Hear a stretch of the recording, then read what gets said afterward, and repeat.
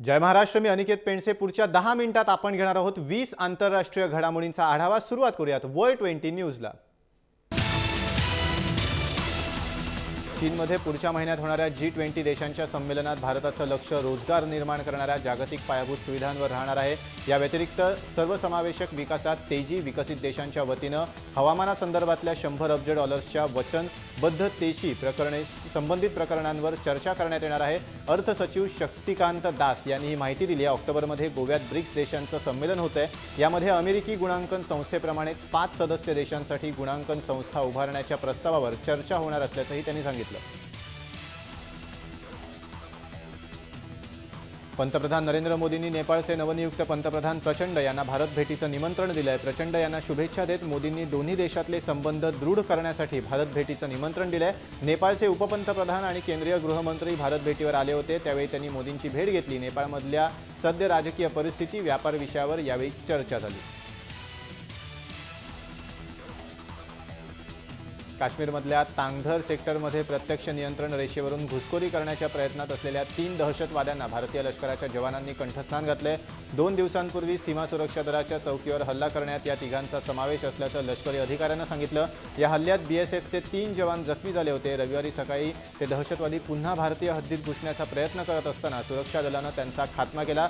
मृत 3ही दहशतवाद्यांकडे मोठा शस्त्रसाठा आढळून आला. भारतीय लष्करानं म्यानमारच्या हद्दीत प्रवेश करून nationalist socialist council of Nagaland या दहशतवादी संघटनेच्या तळावर हल्ला केला. यावेळी दहशतवादी आणि भारतीय लष्कराच्या जवानांमध्ये अनेक तास चकमक सुरू होती. गेल्या वर्षीही जून महिन्यात भारतीय लष्करानं म्यानमारच्या हद्दीत प्रवेश करून ईशान्येकडील सुमारे 100 दहशतवाद्यांचा खात्मा केला होता.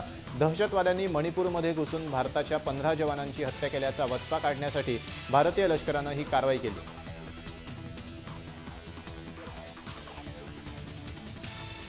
पाकिस्तानच्या पेशावरमध्ये वायुदलानं केलेल्या हवाई हल्ल्यात 9 दहशतवादी ठार झालेत. हवाई हल्ल्यामध्ये दहशतवाद्यांची 6 ठिकाणं उद्ध्वस्त करण्यात आली आहेत. राजगल खोऱ्यात ही कारवाई करण्यात आली. तुर्कस्तानमधल्या अंकारा शहराजवळ एका विवाह समारंभात झालेल्या आत्मघातकी स्फोटामुळे किमान 40 जण मृत्युमुखी पडलेत तर 94वर अधिक जण जखमी झालेत. गव्हर्नर अली येरलिकाया यांनी दिलेल्या निवेदनात या हल्ल्याबाबत माहिती दिली आहे. ज्या विवाह समारंभात हा हल्ला झाला तिथे मोठ्या प्रमाणात कुर्दिश नागरिक उपस्थित होते. तुर्कस्तानमध्ये आता 84 शिक्षकांविरुद्ध अटक वॉरंट जारी केलं आहे. या शिक्षकांचा अमेरिकेतले मुस्लिम धर्मगुरू फेतुल्ला गुलेन यांच्याशी संबंध असल्याच्या संशयावरून हे अटक वॉरंट जारी करण्यात आलं आहे. आतापर्यंत 29 शिक्षकांना ताब्यात घेण्यात आलं आहे. तुर्कीमध्ये सुरक्षा दलांवर झालेल्या आत्मघातकी हल्ल्यात 14 नागरिकांचा मृत्यू झाला आहे तर 220 जण जखमी झाले. 2 कार्समधनं आत्मघातकी स्फोट घडवून आणल्याची माहिती अधिकाऱ्यांनी दिली आहे. पोलीस ठाण्याबाहेर हल्ला करण्यात आल्यानंतर दक्षिण पूर्व भागातल्या रहदारीच्या भागात स्फोट घडवण्यात आला. इसिसनं बगदादच्या मोसूल शहरातल्या 70,000 नागरिकांना ताब्यात घेतलंय. मोसूल शहराजवळ 70 किलोमीटर अंतरावर दक्षिण अल कायारा भागावर 2014मध्ये इसिसनं ताबा मिळवला होता. लष्कराकडनं पुन्हा एकदा या भागावर ताबा मिळवण्याचा प्रयत्न केला जातोय. मात्र बंदिवान केलेल्या नागरिकांचा इसिस आता गैरवापर करतोय. त्यामुळे कारवाईत अडथळे निर्माण होत आहेत. अफगाणिस्तानातल्या दहशतवादी कारवायांना सीमेपलीकडून प्रोत्साहन मिळत असल्याचं थेट वक्तव्य अध्यक्ष हमीद करझाईंनी केलंय.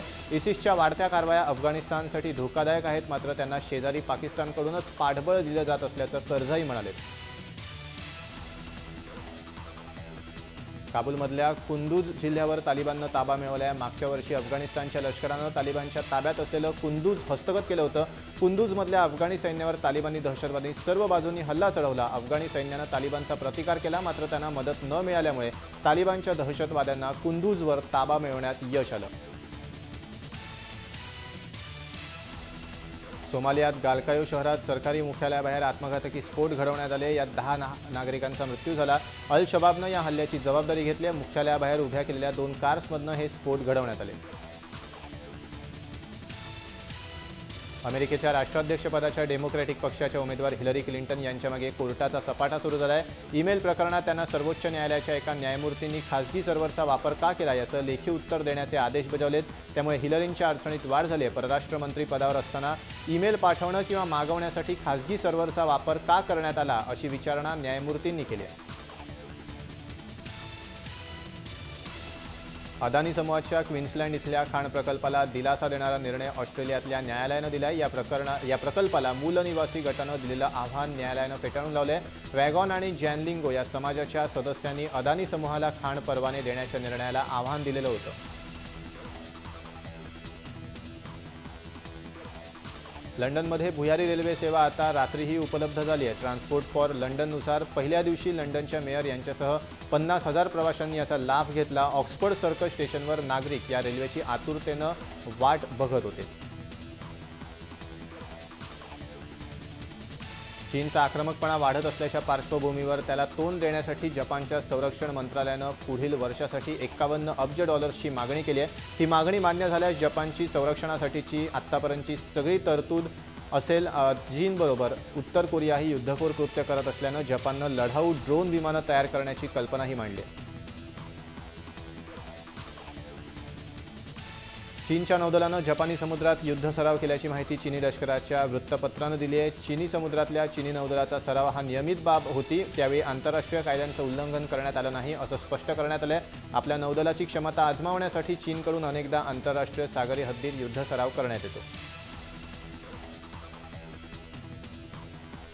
जपानला लागोपाठ दुसऱ्या दिवशी भूकंपाचा जोरदार धक्का बसलाय। 6 रिश्टर स्केल इतकी भूकंपाची तीव्रता होती। मियाको शहरापासून 167 किलोमीटर अंतरावर उत्तर जपान भागात भूकंपाचा केंद्रबिंदू होता। त्सुनामीचा कुठलाही इशारा देण्यात आलेला नव्हता।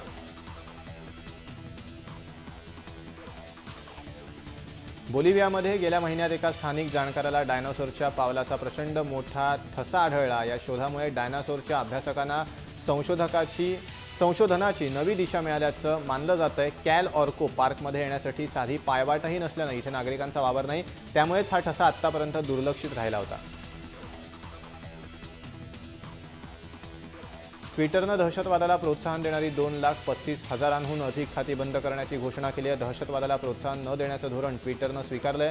या अंतर्गत ही कारवाई करण्यात आली आहे। ट्विटरकडून 2015 पासून अशा प्रकारची एकूण 3,60,000 खाती बंद करण्यात आली आहेत। दहशतवादी हल्ल्यानंतर दहशतवादाला प्रोत्साहन देणारी खाती तात्पुरती बंद करण्यात येतात असं कंपनीनं म्हटलंय। यामध्ये इसिसशी संबंधित खात्यांचाही समावेश आहे।